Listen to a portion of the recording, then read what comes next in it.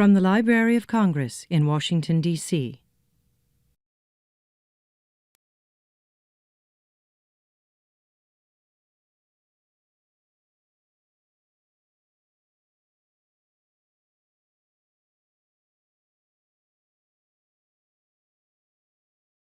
Good evening. I'm Marianne Brownlow, and I'm a programming consultant here at Hill Center.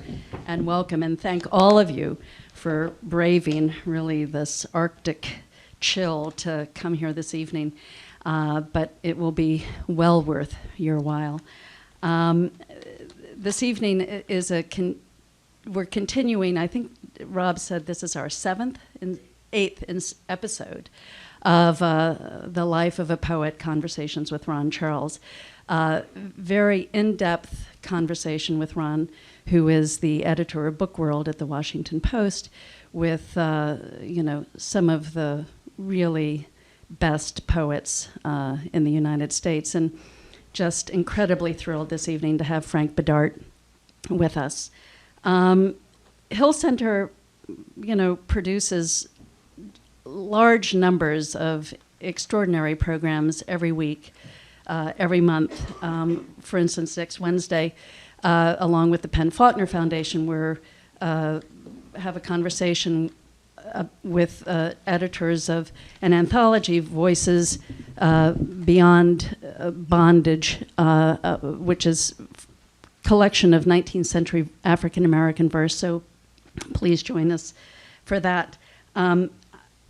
This evening is made possible by a partnership with the Hill Center, Library of Congress, the Washington Post, and with the support of the National Capital Bank.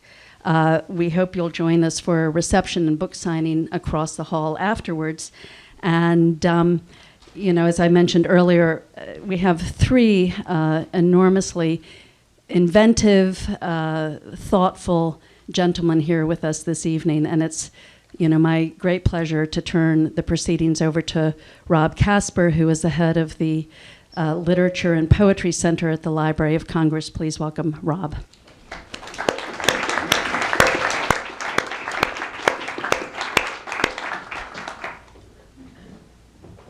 Thanks, everybody, and thanks, Marianne, for that introduction. We're thrilled to be back here in the cold winter of 2015, celebrating our spring Life of a Poet series launch with Frank Bidart, who came from even colder Boston or Cambridge, Massachusetts, and a place that actually does have snow. Ron Charles, yeah, Ron's done amazing things. I remember when he started the series and we were talking about poetry, and now the Washington Post has a monthly column on poetry, and Ron was the one of the poetry judges for the National Book Critics Circle Awards. So I feel like poetry is becoming more and more a part of his life, the magazine, the newspaper's life, and a part of the DC community in great ways. So I'm very excited about that. Let me tell you a little bit about the Poetry and Literature Center at the Library of Congress. We are home to the Poet Laureate Consultant in Poetry, who is at the moment Charles Wright. We also put on a lot of programs like this over in our buildings in Capitol Hill, just a few blocks up Pennsylvania Avenue. If you're interested in any of our programs, you can check out our website, which is www.loc.gov/poetry. I also want to take the opportunity tonight to remember a dear friend of both the Hill Center, one of the founders of the Hill Center, and one of the friends of the Poetry and Literature Center, Steve Simrot. He and his wife, Nikki, helped make this series possible. They connected Marianne to me, and really helped do this as they helped create the Hill Center. So I think the whole community owes them a great debt of gratitude. They've been a part of Capitol Hill for decades. Steve's enthusiasm for books and writers was very inspiring on all of you who knew him. Felt, I'm sure, the same way. And I would like to dedicate tonight's event to him. And now I'd like to introduce Frank Bidart. Marianne said a little bit about him. Let me just say he's the author of 9 poetry collections, most recently Metaphysical Dog, winner of the 2013 National Book Critics Circle Award, which is for sale out in the lobby, along with a couple of other of his books. He is also the co-editor with Georgetown University professor David Gawanter, who is here tonight, of the collected poems of Robert Lowell. Bidart's many honors and awards include the Wallace Stevens Award, the Bullinger Prize, which once upon a time existed at the Library of Congress, the Penn Volcker Award, and a fellowship from the Guggenheim Foundation. A fellow of the Academy of American Arts and Sciences, Bidart served as a chancellor of the Academy of American Poets from 2003 to 2009. He has taught at Wellesley College for many years, where he is now Andrew W. Mellon Professor in the Humanities and a Professor of English. Bidart's work has earned the admiration of our country's best critics and writers, including a number of those at the Washington Post. In a review of In the Western Night, Collected Poems, 1965 to 1990, Michael Dirda said that Bidart, quote, generates so much power in poems like The War of Václav Nijinsky, Ellen West, and Herbert White, written respectively in the persona of an insane dancer, a suicidal anorexic, and a serial murderer, that few readers will be able to resist him. Part of his effectiveness comes simply from his ability as a storyteller. You long to discover what happens to his poor, doomed people. And in a roundup for the 2013 National Book Award finalists, Elizabeth Lund called Metaphysical Dog one of Bidart's boldest books, adding, quote, he writes about the deep hungers that fuel many of his central conflicts. A need for intimacy, a desire for the absolute, freedom from others' definitions, and an aesthetics of embodiment in a world where nothing fully satisfies. Bidart skewers cultural ideas about love, sex, and marriage, and he does not spare himself or his readers, but art is his constant companion. Get ready for some serious reckoning in poetry and in conversation, and please join me in welcoming Frank Bidart.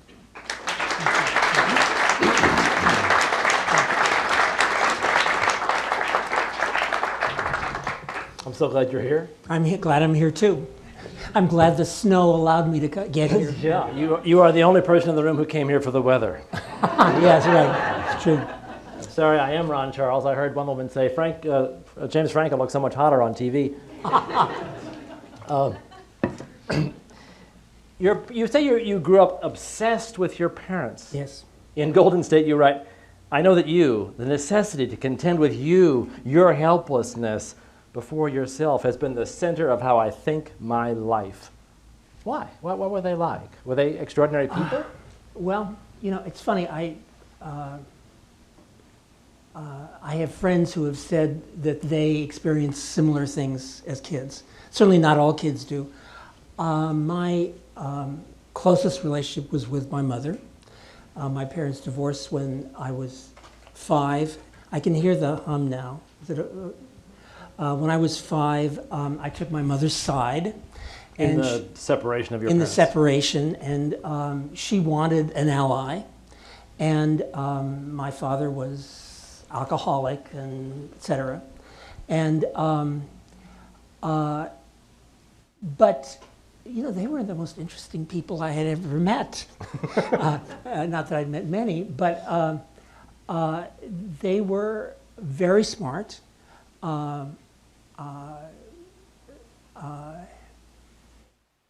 mother engaged me in the drama of her life. And she wrote poems. Well, she wrote poems, not good poems, okay. And not poems. In fact, she didn't get her life into her poems. I mean, she wrote poems about petunias and things, and which would be fine if you knew how to invest that with emotional import, but she didn't. Okay. And it's not as if she was writing poems all the time. I mean, she was not obsessed with it, but it's something that she sort of tried to do with her left hand. I mean, I think really the tragedy of my mother's life was very connected to the tragedy of, I think, many, many women in our world, or at least in that world, and that is she was an extremely smart person who did not find any way to manifest her spirit and intelligence in the world. No interesting work. No, and well, between the divorce with my father and her remarriage about 7 years later, she had run a doctor's office.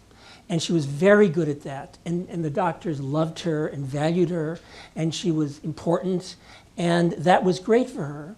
But in Bakersfield in the 1950s, if you married someone who was doing relatively well, the woman had to give up her job. You know, I mean, it was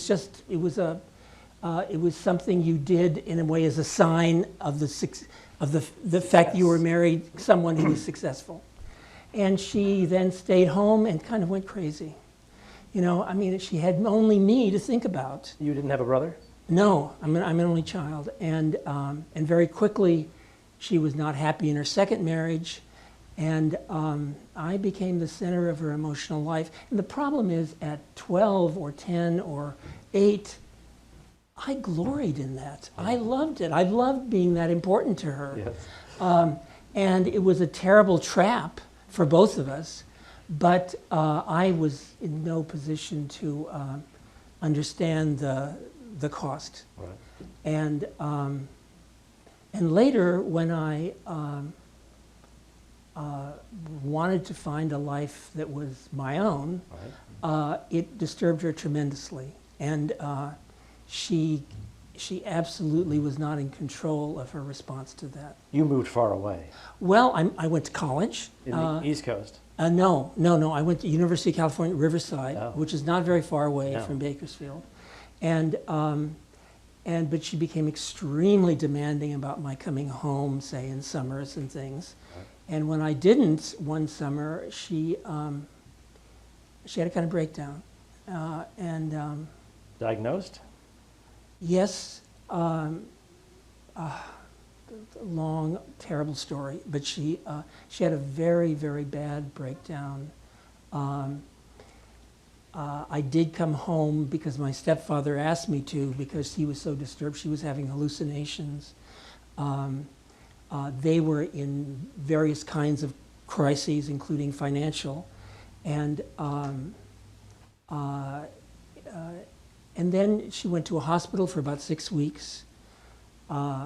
She had psychotherapy there, which was great for her, and she continued to do that for years.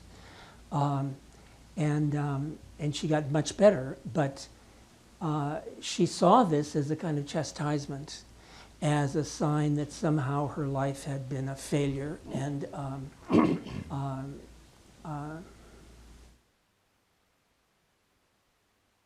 in a way, the most complicated, long-term,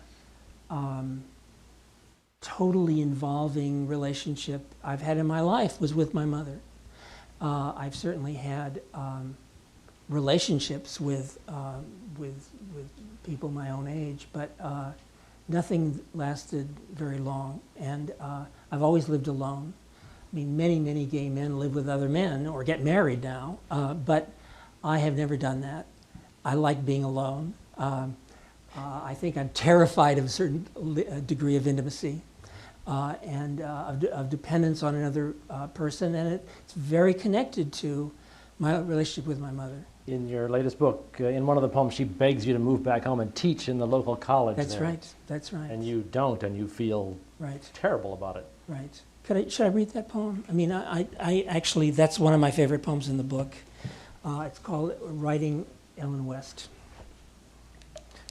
Is this all right? Yeah, of course. This is a poem about, one of the things it's about is writing a much earlier poem That's right. about an anorexic. I have a poem about an anorexic named Ellen West, and this is a poem about writing that poem, but writing the poem as a way of contending with what I felt after my mother died. And I think in this, reading it in this context of discussion of my mother will highlight an aspect of the poem that is good. The poem, it's a little difficult to read a poem about another poem that you don't know, but the poem attempts to summarize something about this other narrative. I hope you can get enough from the poem about the other narrative. Writing Ellen West. Writing Ellen West was exorcism. Exorcism of that thing within Frank that wanted, after his mother's death, to die. Inside him was that thing that he must expel from him to live. He read The Case of Ellen West as a senior in college and immediately wanted to write a poem about it, but couldn't. So he stored it, as he has stored so much that awaits existence. Unlike Ellen, he was never anorexic, but like Ellen, he was obsessed with eating and the arbitrariness of gender and having to have a body.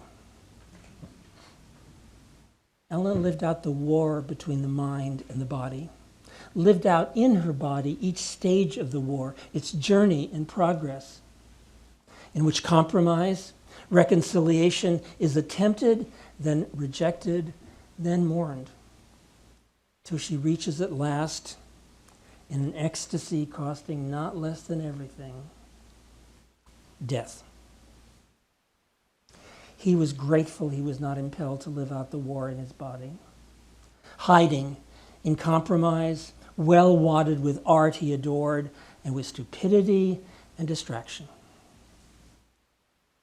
The particularity inherent in almost all narrative, though contingent and exhausting, tells the story of the encounter with particularity that flesh as flesh must make.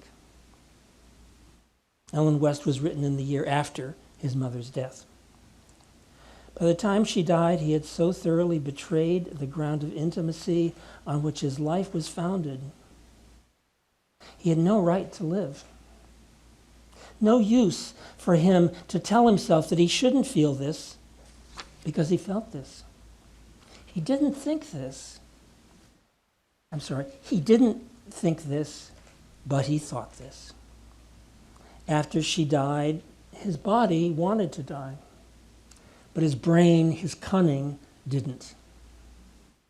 He likes narratives with plots that feel as if no one willed them. His mother, in her last year, revealed that she wanted him to move back to Bakersfield and teach at Bakersfield College and live down the block. He thought his mother, without knowing that this is what she wanted him to die. All he had told her in words and more than words for years was that her possessiveness and terror at his independence were wrong, wrong, wrong. He was the only person she wanted to be with, but he refused to live down the block. And then she died.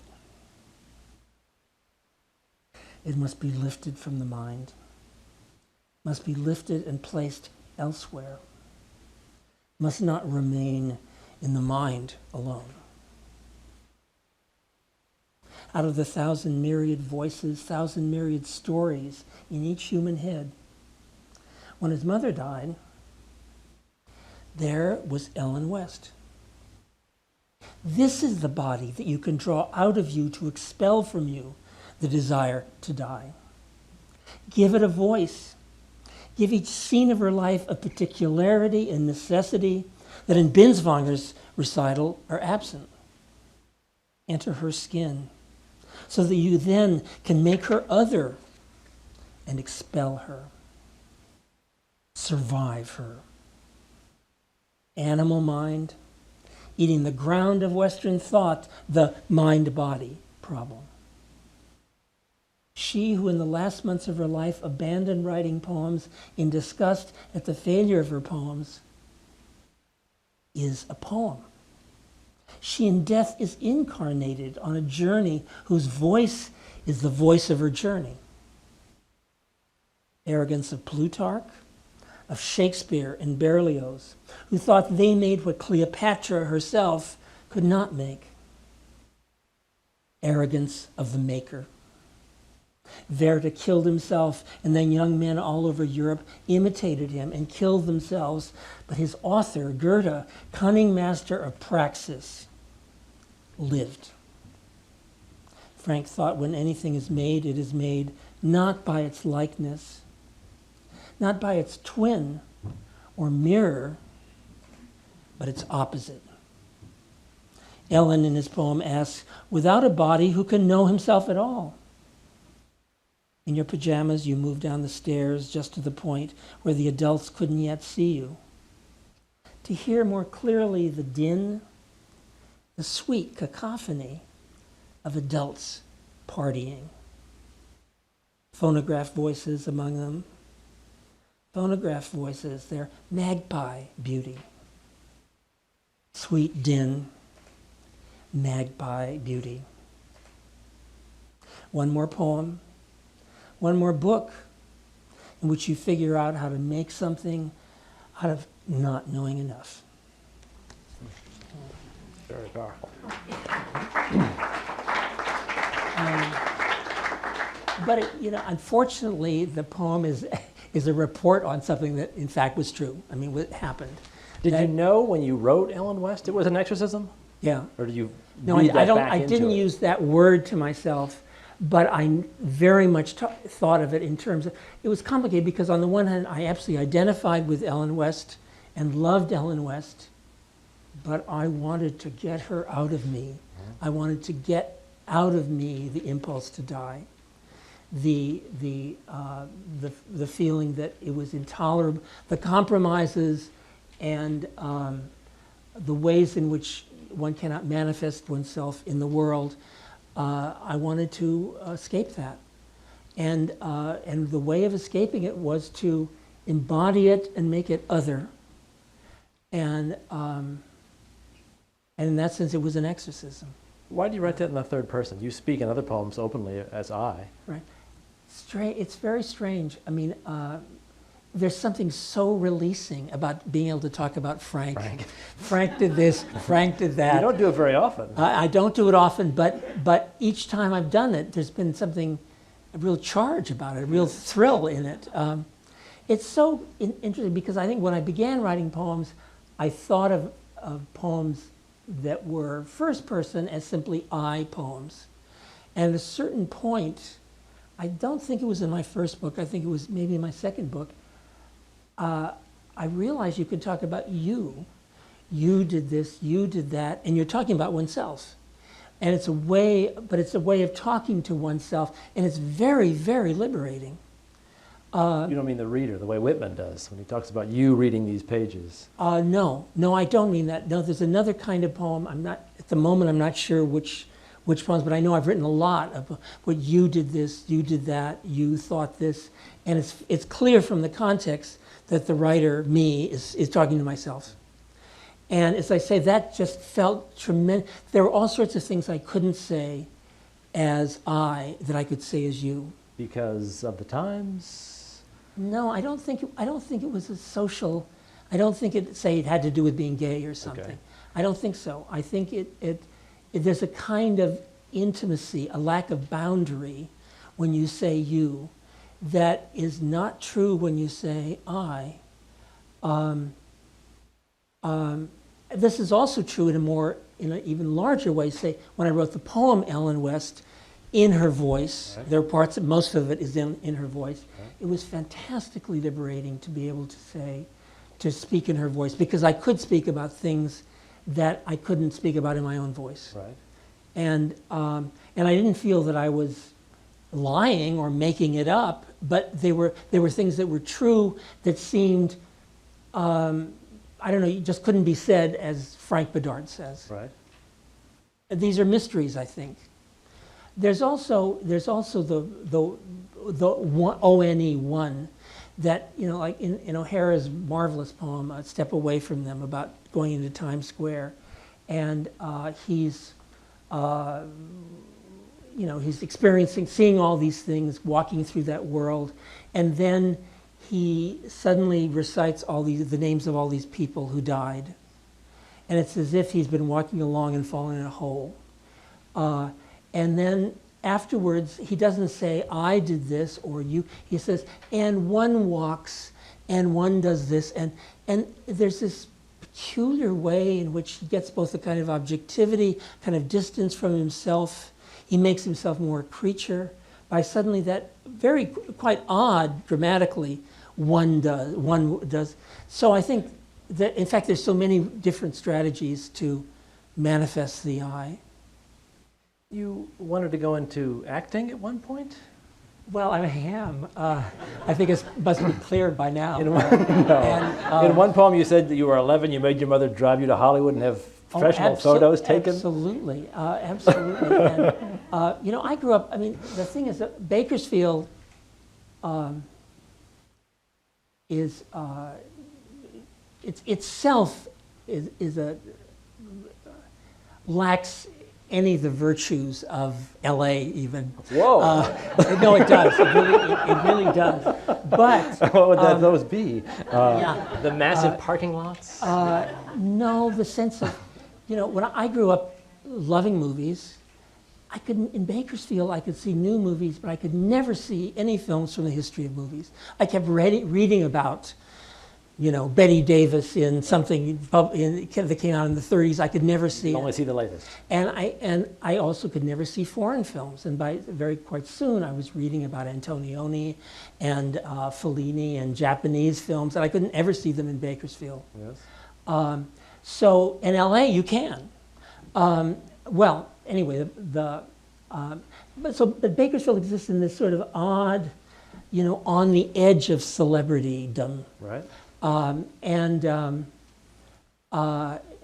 My parents, when they were together, for complicated reasons, knew certain movie stars, and they never wanted to be in that world altogether. But celebrity culture had already become very important in this culture, in this country. I think it had been for a very, very long time in the 20th century. And I'm sure in the 19th century. But in any case, it was a powerful factor. You're not that old. Well, I was born in 1939, I'm 75, which I'm very proud of. I can't believe I have survived. But the 19th century is very vague. No, but I've read enough about it, in the way that Lily Langtry was famous. And this wasn't just an aesthetic interest. You wanted to be a director at some point, right? Well, yeah. Well, it's early I wanted to be an actor, and then I realized that the person who really made films was a director. So you were going to do that? So I wanted to be a director for a very long time, really up through college. Yes. And then for reasons I did not understand, after college, I did not want to go to film school. I had been an English major. I had loved being an English major. I wanted to make movies that were as complicated as Milton, and in Hollywood at that time, that seemed extremely difficult. This was before the sort of rise of independent film, for the most part, and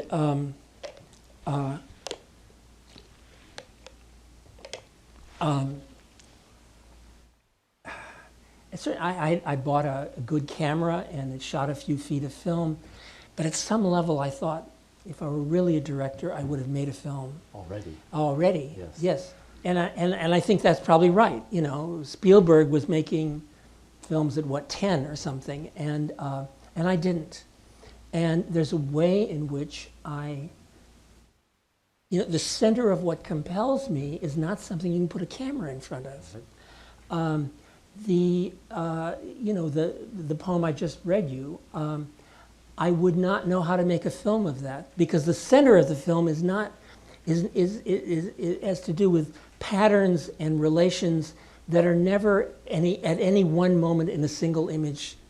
They're not primarily action. That's right. Or they're not what is ordinarily understood as an action. They're an action of the spirit, of identification, of ideas, not of things that I think could be images. At least I wouldn't know how to do it. What I'm wondering then is, are these dramatic monologues that Right. you're so well known for, that have been so that are sort of canonized now, is that come out of your interest in drama? Oh, absolutely. Well, they're my films in a way. I mean, they are.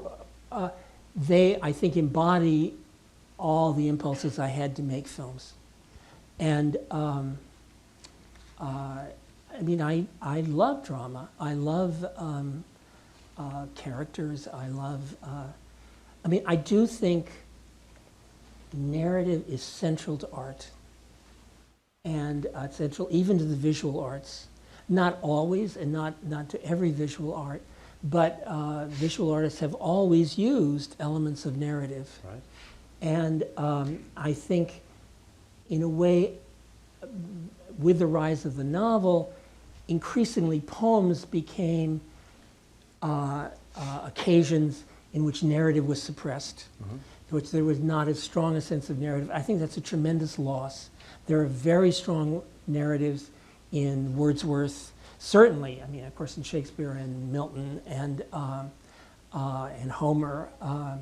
I think narrative is they're only, it's only possible to think about certain things if you have a narrative in mind. I mean, the poem I read you is really a narrative. It's a narrative about a son, a mother, about this other narrative that the son is identifying with and using as a way to solve a problem in his life. Yes. And I think the kind of modernist prejudice against narrative, and I very much, I'm totally someone who celebrates the modernist revolution, but I think that was a real, an element missing from it. And that is, I think there should be, people have not learned how to, poets are not taught how to think in terms of narrative. Not many people do it. And not many people You aren't do doing it much either now. Well, but I have, you know, in subsequent to Metaphysical Dog, I have written another Hour of the Night, Yes. which is a long narrative about Genghis Khan. Yes. And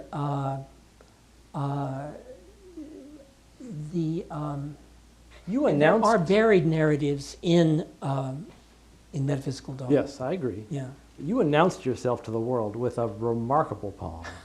Yes. I thought it was, Uh-huh. I hadn't read it since college. I thought it was shocking again. Yes, right, yeah. It really, It is I'm not shocking. going to have you read it because it's just too disturbing. Herbert White. No, I know. Why? Why did you begin your career with that shocking poem? Well, and I A didn't- child murders, I a know. rapist, pedophilia, necrophilia. Right. It was a very conscious act. I had, you know, Eliot begins his first book with Prufrock.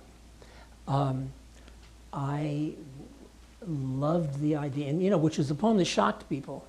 Not like this. No, not like this, but it was a different world. And you know, Pound had to. He spent months talking Harriet Monroe into publishing Prufrock in Poetry magazine. She does not do it easily. She did not think of it as poetry.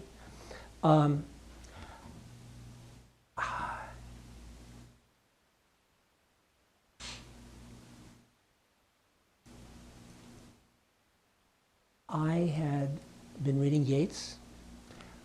Yeats has wonderful passages about the anti-self and about discovering what you can do as an artist through the anti-self. And the anti-self is a character or a story, a narrative, in which someone like you, but unlike you in profound ways, is embodied. And that you can see yourself and discover yourself Yes. in the difference. We all can relate to that, I think. And even with a character like Ellen West, it makes perfect sense. Yes. This character?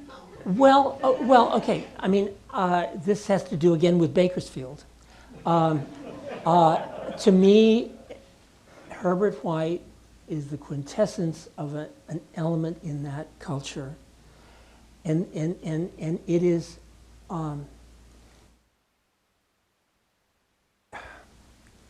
He's someone who resolves a problem not through analysis, but through action. He has a problem with his father, some intolerable thing that he feels in relation to his father, and the way he resolves it is by going out and finding someone and killing them.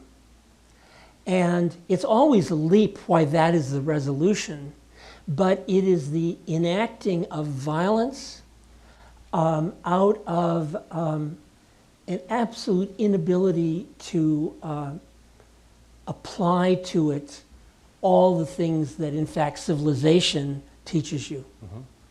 And in a way, it's the attempt to, or the need to resolve something without any of the helps that culture, education give one. Can I read it? Actually, let me read a passage from it. I certainly don't want to read the whole poem, but before that. yes, but the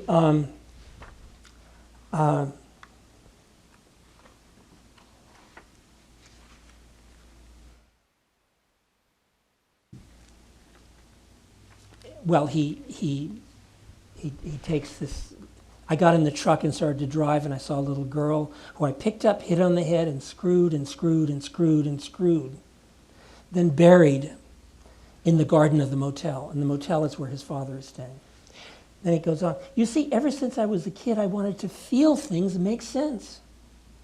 I remember looking out the window of my room back home and being almost suffocated by the asphalt and grass and trees and glass, just there, doing nothing, not saying anything, filling me up, but also being a wall, dead and stopping me, how I wanted to see beneath it, cut beneath it, and make it somehow come alive.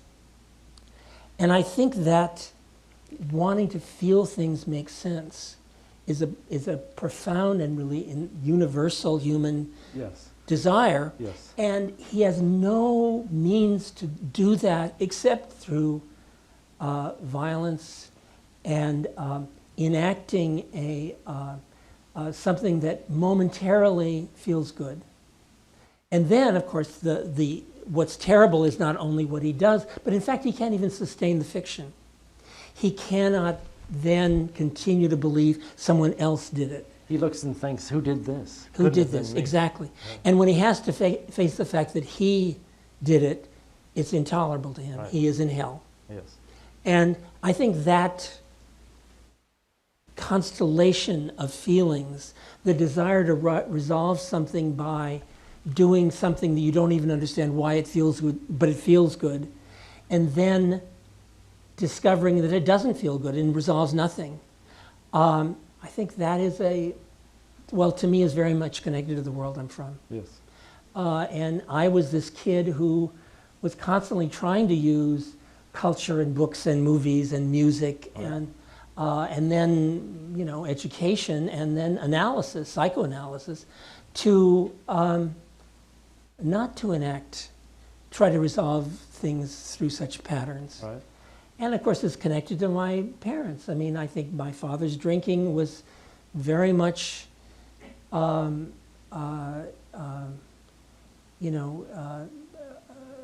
on to something that felt good in the short run, and that he did not understand its relation to the rest of his life. Right. You say you lodged your faith in art. Yeah, I did. That was your salvation. And I'm afraid I still do. That's nothing. I mean, I have not found another thing to well, that's good. to lodge my salvation yeah. in. And it's not that art. Eliot is very contemptuous of people who art is kind of spilt religion. But in fact, it is my substitute for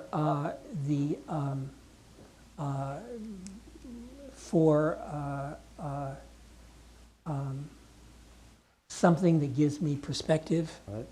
And in which I have experience of transcendence. Right.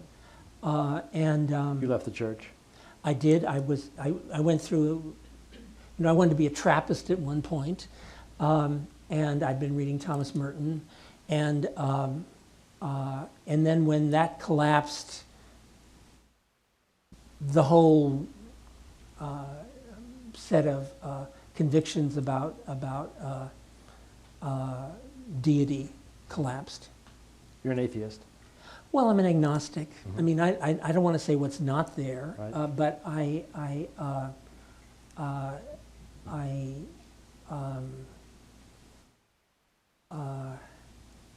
You lodged your faith in art. I lodge my faith in art. You say in another And- poem, we're creatures who need to make. Making is the mirror in which we see ourselves. Yes, and I think that's true.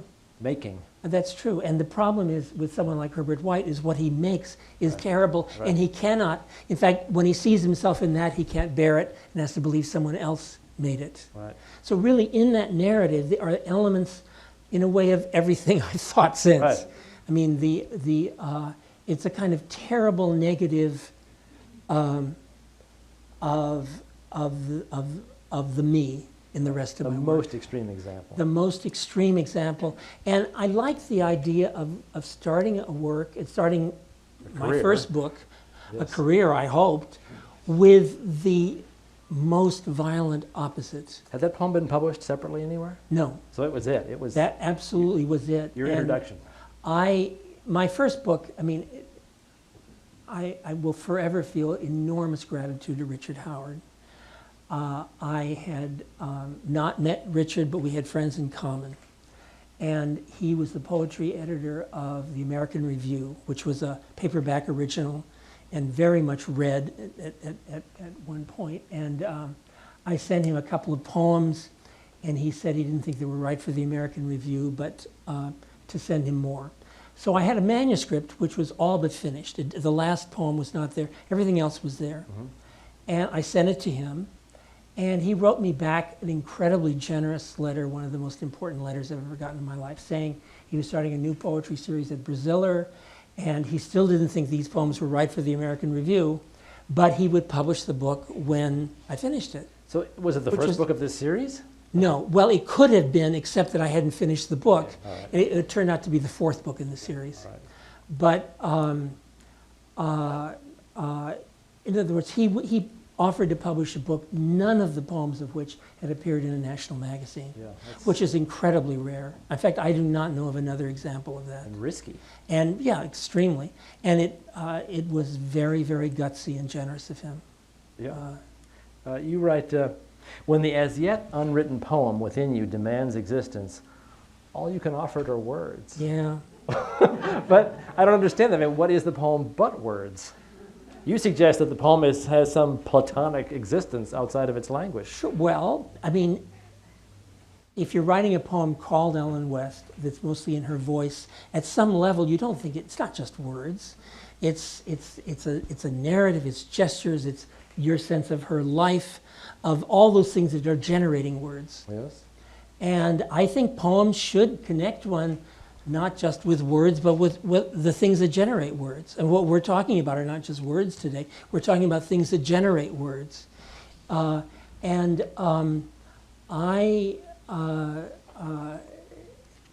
At some level, the poem that you write is an attempt to manifest that thing that you are imagining.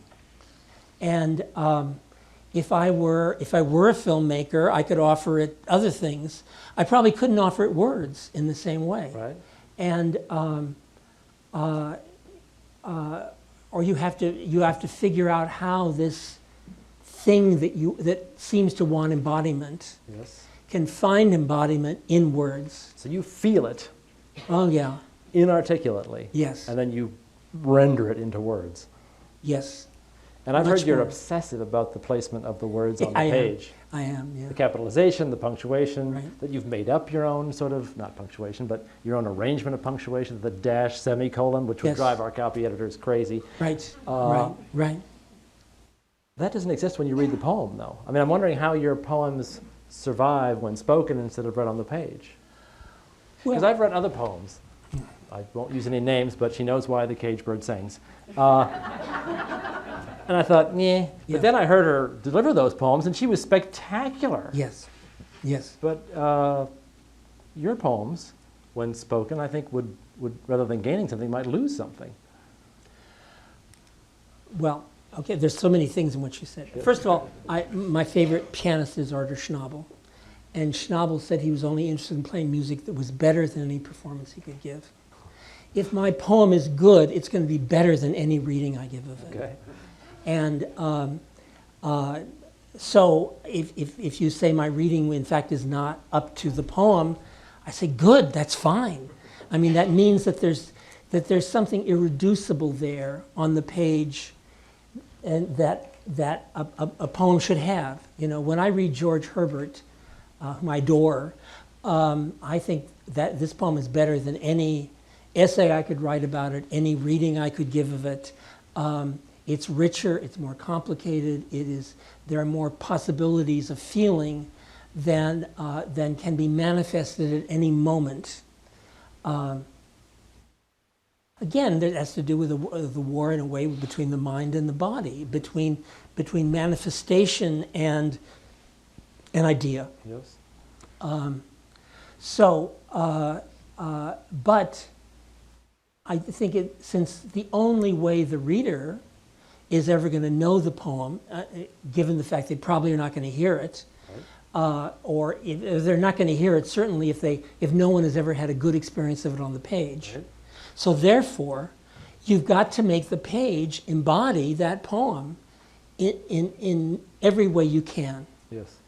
And so the way I have set poems down is an attempt to do that. And what are you, when you fiddle, I don't use that in a pejorative. No, fiddle is a good word. It sounds pejorative, I don't mean that. But when you fiddle with the punctuation, trying to get it just right, what does that mean? What does the just right punctuation mean to you?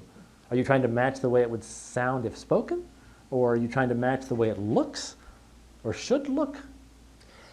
I'm trying to match that thing I wanted it to be, that ideal thing in my head. How can I put this?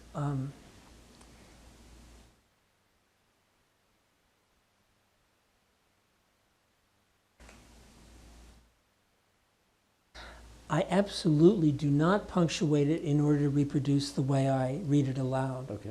Rather, the way I read it aloud is an attempt to orally, in another medium, embody what I understand the poem wants to be on the page, and the page is the truest manifestation of it. As I say, I think the poem on the page is truer and more complicated than I can make it manifest. Verbally.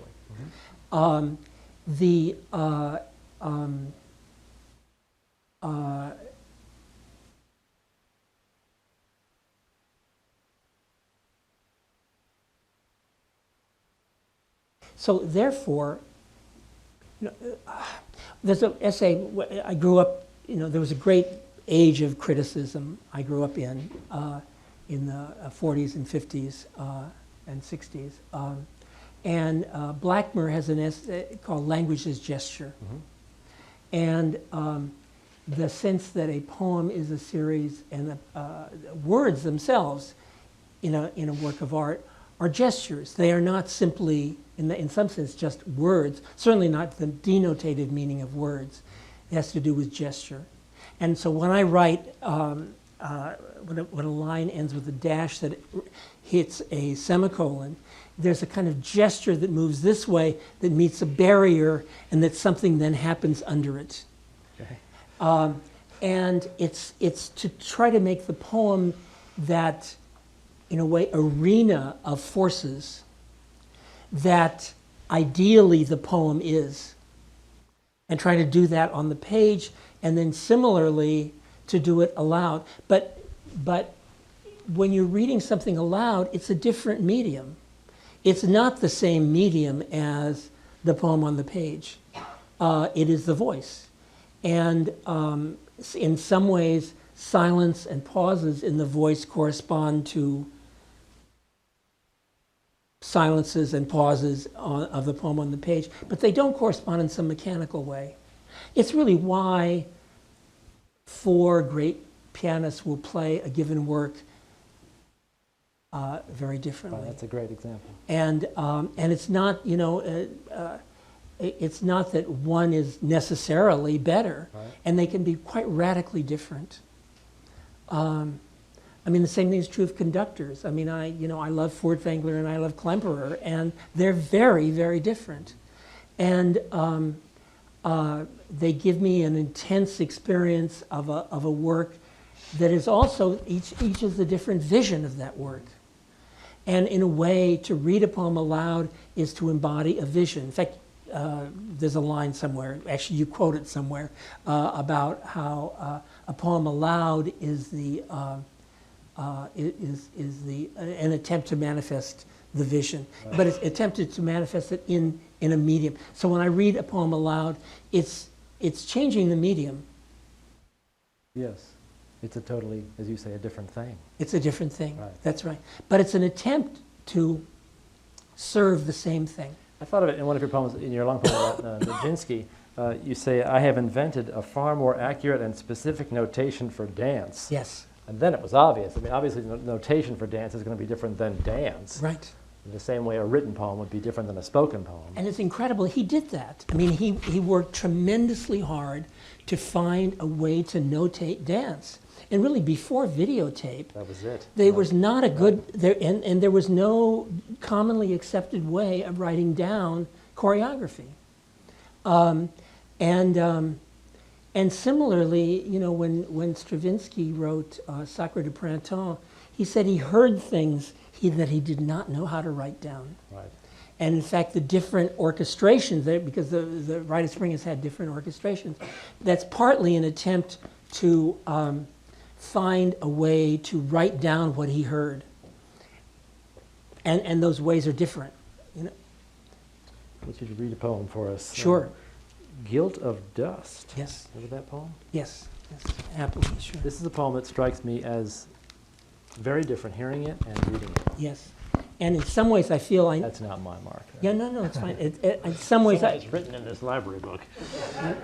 in some ways I feel this is a poem that I have never, that I did not set down adequately. I like what one can get, not the way I read it, but I like what one can get hearing it in a way that I'm not sure the eye first gets it. Anyway, the title, it comes from, it's a phrase in Herbert, guilty of dust and sin. And you know, you think about guilty of dust. I mean, you know, it's sin, we are trained to think of that as the source of guilt. But the fact, it's saying that we are guilty of manifestation itself, of having a body. What else could we do? What else could we do? Exactly. So we're guilty in our very being, in our very essence, before any action, before any choice. Okay.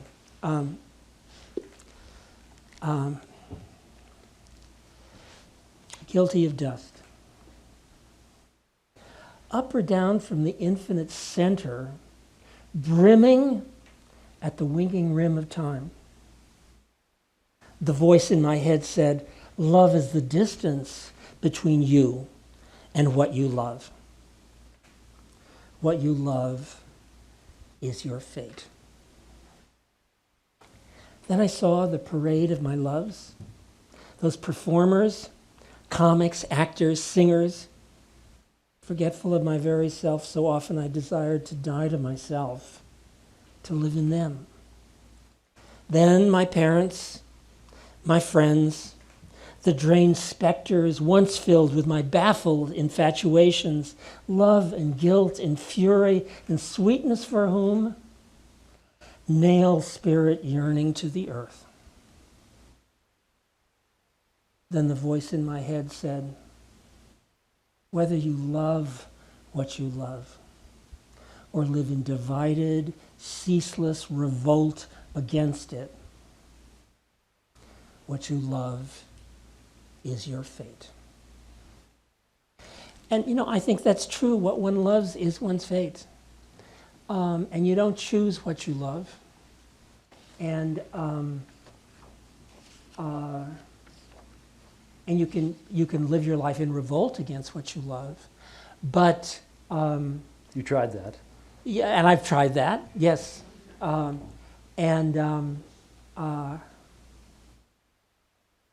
have a poem called Queer in your latest collection. Yes, sure. I can read that. And this is a poem certainly about Well, I've lived through the most, and you have lived through the most astonishing revolution. I know. To live in 1950, to think about that this country would be debating whether gay guys can get married is astonishing. Yes. I mean, it's simply incredible. So I wonder how a poem like this will age. 50 years from now, Who knows? kids will pick up this poem and think, what? Yeah, I know. Or I don't know. I think the resistance to homosexuality will continue in large pockets for a long, long time. Whether it'll ever go away, I don't know. I hope it will seem like a quaint thing from the past, but Shame won't go away. shame won't go away, and bewilderment at not understanding why you love what you love, why you care about the things you care about, or why certain things bring an intensity that nothing else brings. Well, This poem has a long span. It looks back and forward, I think, in a very interesting way. okay, now I have to find it. I think it's marked. I think I Check can one of find. those. Yes, I found it. Okay.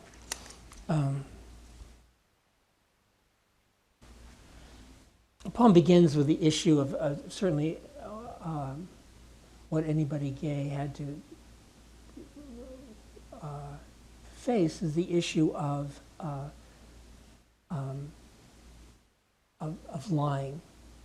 And it's one thing to lie to other people. More terrible is when you begin to lie to yourself. And it starts out with that issue. Okay, queer. Lie to yourself about this and you will forever lie about everything. Everybody already knows everything, so you can lie to them. That's what they want. But lie to yourself. What you will lose is yourself. Then you turn into them. For each gay kid whose adolescence was America in the 40s or 50s, the crucial scenario forever is coming out. Or not. Or not. Or not. Or not. Or not. Involuted velleities of self-erasure. Quickly after my parents died, I came out. Foundational narrative designed to confer existence. If I had managed to come out to my mother, she would have blamed not me, but herself. The door through which you were shoved out into the light was self-loathing and terror. Thank you, terror. You learned early that adults' genteel fantasies about human life were not for you life. You think sex is a knife driven into you to teach you that. Spectacular conclusion. But, unfortunately it's true. One reason I never was explicit with my mother about being gay is that it was so clear. She would not have said, "Oh, you're terrible," or she would have said, "Oh, what have I done?" It was her. It's always about her. It would have been about her failures, and it was also something the culture was talking about constantly. That is, if a boy was gay, it's because the mother had failed in certain ways, Right. or the father had failed, or both of them had failed. So many of your poems are about insight and the failure of insight. Yeah. Do you think that's true? That's a pattern you notice too? Deep skepticism over and over again about the possibility of insight. And the sense that that you experience something like insight, or that you experience it as insight, and then you later feel it wasn't quite. Right. There's a wonderful phrase in Eliot. We had the experience but missed the meaning. And and you search for that meaning, and you have had the experience, but to make them coincide is very hard. And again, the villains, if there are villains in your poems, are people who insist on their own insights as being revelations. Yes, that's right. You would say, And therefore it's a variety of lying to yourself. yes. You know? Those who are the vessels of revelation, or who think they are, ravage us Yeah, with the promise of rescue. I do think that very much. Herbert White says, well, you already read that. Would you read a poem called Self-Portrait? Sure. This is a poem in many ways I was pleased by, because I wrote this when I was very much going. Oh, okay. I'm very much going to Lowell's office hours. Lowell was a great teacher and a very wonderful person, and he had this amazing institution. Every Tuesday morning after his first class, which was on the preceding day, he had an open office hours for like 2 hours, in which anybody from the community could come. You mean not just students? Not just students, no. And he would often have, I was a graduate student, so he would have graduate students come and he could have a different kind of discussion than you could have in the classroom with undergraduates. But it was wonderful because, as I say, lots of people from Cambridge or Boston who were just visiting Boston would come by and bring a poem, and and you could talk to Robert Lowell about your poem. It was astonishing. It was great. I do not know of anybody who does anything like that now. Or people from. He always did a literature class. Sometimes the Bible is literature. And they would also come to this and then be bewildered by the fact that it mostly had to do with poetry. I mean, there was a guy who had a stack of books about the Bible, and he was in that class, and we started to talk. This was before Lowell arrived, and he said, well, does something like, is he a writer? And he really did not know that Lowell was a poet. Anyway, this is I say I'm pleased with this because when I brought this poem to office hours, and the model behind it is not only Rilke's self-portrait, but a translation that Lowell did of the poem. But the point is, it's a sonnet, and it's a rhymed sonnet with quite a strict rhyme scheme, the only sonnet I've ever written. Lowell did not recognize it was a sonnet, which is to say he couldn't see the rhyme scheme. And I wanted it buried. I mean, I wanted it to be there, but to feel so necessitous that you didn't think that this person was reaching for a rhyme. So anyway, a little triumph I had very early. Okay, self-portrait 1969. He's still young. 30, but looks younger. Or does he? In the eyes and cheeks tonight, turning in the mirror, he saw his mother, puffy, angry, bewildered. Many nights now, when he stares there, he gets angry. Something unfulfilled there, something dead to what he once thought he surely could be. Now, just the glamour of habits. Once, instead, he thought insight would remake him. He'd reach, what? The thrill, the exhilaration, unraveling disaster that seemed to teach necessary knowledge became just jargon. Sick of being decent, he craves another crash. What reaches him except disaster? Anyway, he thought insight would remake him. Yes. And I'm very grateful to a series of therapists I had. I mean, they really did. My life was remade. So you do believe there is insight? Yes, but it's not as if you can just cling to those insights you have and then treat them as the answer to your life. That becomes jargon. And it becomes just jargon, yes. And so it's something that constantly has to be rediscovered, thought out again. The moral law within is near to madness. Yeah. What do you mean by that? Well, that's in the context about Kant and Kant's sense of the moral life within, the moral law within. I'm sorry, I misread that. It is the moral And law. moral law within is that thing that we have to use as our guide and that we can rely on.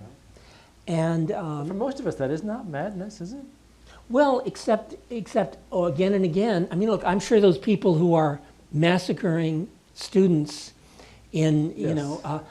they're not saying we are evil and doing something terrible. They're saying to themselves they're doing something good and moral. Right. And the fact is, if you look at the history of the world, there's no agreement on what's moral. There is general agreement that we should be loving and kind to one another.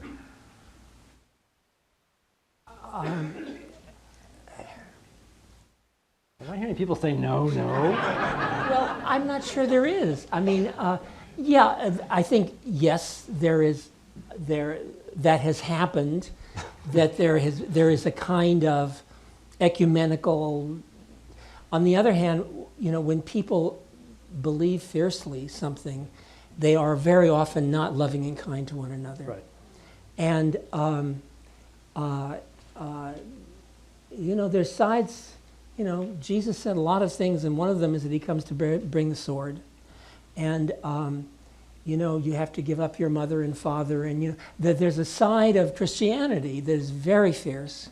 Yes. And there's certainly a side to Islam that's very fierce. And, I think there are very great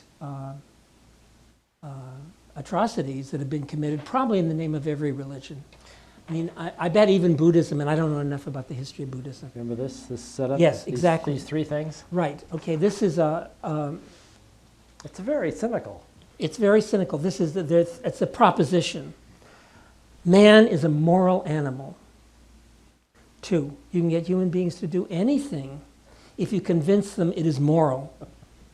3, you can convince human beings anything is moral. And unfortunately, I think that's true. In the third hour of the night, your last Right, published third hour poem. right. Right. Read this. I hope I've Okay, written it correctly. It starts at the very top there. yes. Understand that you can delude others, but not what you more and more now call the beast within you. Understand the cloak that maimed each, gave each power. Understand that there's a beast within you that can drink till it is sick, but cannot drink till it is satisfied. It alone knows you. It does not wish you well. I mean, I do think,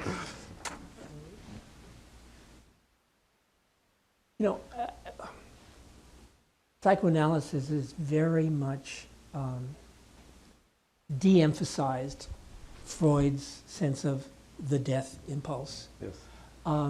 I think we do have this profound negativity within us. The good we would do, we do not. Yes, exactly. And that there is a kind of beast within us that wants to destroy us. And I think people who are often who manage to do what they set out to do have overcome some very profound impulse towards self-destruction that is also built within us. Now, why this should be the case, I do not know. I mean, I don't pretend to know, but I think it's something that there's that war, I think, within everyone. I can't know everyone. I can only know myself and and the friends that I talk to, but and it's not as if I feel, oh well, I got over that 20 years ago. Not at all. I mean, I feel constantly I'm contending with something that is wants to destroy my ability to finish a poem or write a poem or understand. You say, I have a friend who says that he has never felt a conflict between something deeply wished or desired and what he thought was moral. Right. And then you say, Father, such innocence is surely a kind of Eden, but somehow I can't regret that we are banished from that company. Yeah. I do. Yeah. Yeah. Remember these... It's so amazing to be talking to someone who's actually read everything. Half of which I've forgotten. But some of the final lines I think are so lovely that we'll bring this to a close tonight. You've been a fabulous audience.